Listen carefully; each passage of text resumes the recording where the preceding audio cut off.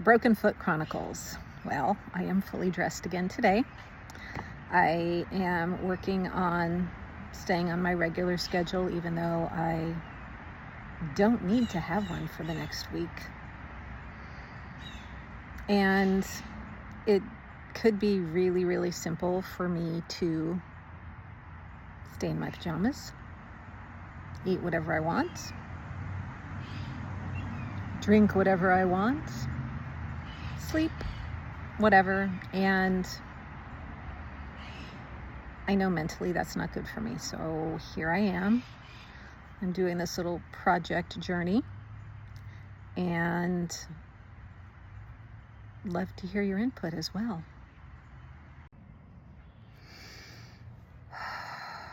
Yesterday I shared that I have been put back to my 1987 car accident trauma, where my sister was in ICU for 5.5, 6 weeks, and during those 5.5, 6 weeks, I was homebound, casts on both my arms.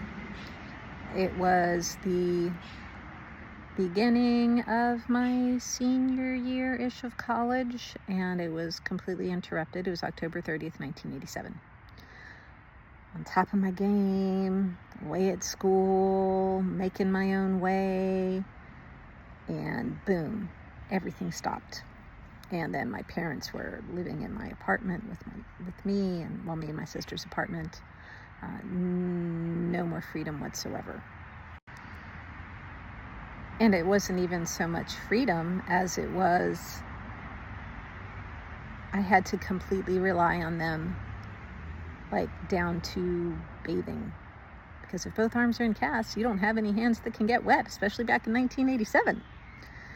It was very humbling. It was humiliating. And I didn't know what I was going to be doing with my life at that point. All I knew was that I wanted to get back into school and I wanted my life back. And in January, when I did start back at school, I knew nothing. That was my first TBI. Only there wasn't any consciousness of it at that time. I just knew everything was different and I couldn't follow my coursework anymore. And I just was like, okay, well, if I'm not going to do this anymore, what am I going to be graduating with? And that's when I found, believe it or not, my calling to culinary. And thus began my culinary education, formal written bookwork stuff. Because it was after I graduated USF that I went to culinary school. Well, I cooked and then I went to culinary school. So what was so PTSD triggering that I went back to that point? So was it the helpless and having to rely on other people and not wanting to and not having that trust? Is it starting over again, which I don't know that it's starting over again.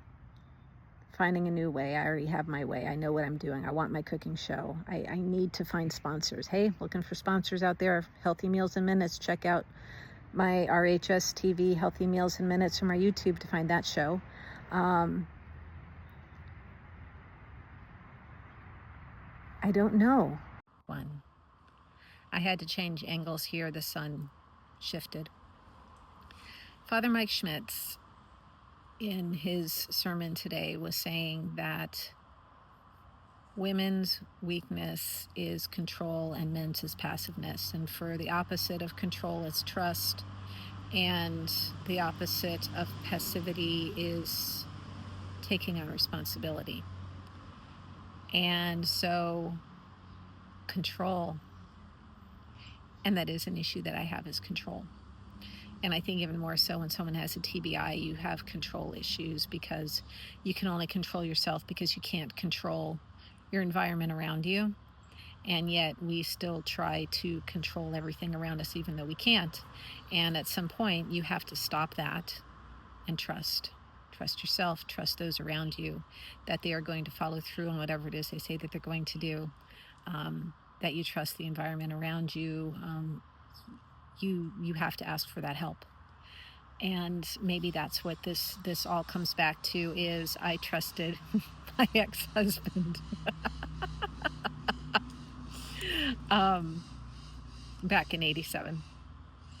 And even that, of course, that marriage did not work out. However, I have this amazing, amazing daughter who is now 34 and just flourishing and really making such a huge change in the world and making a difference in the world around her, and still making a beautiful difference in my life. So, wow. I think we have a lot to learn and really embrace whatever hurdles we come across. Hurdles, speed bumps, injuries, as the great Karlton Meadows, BodFather, shared with me today. It is these injuries that season our lives and add that special ingredient to move our lives forward. So, what kind of analogies do you have for me today?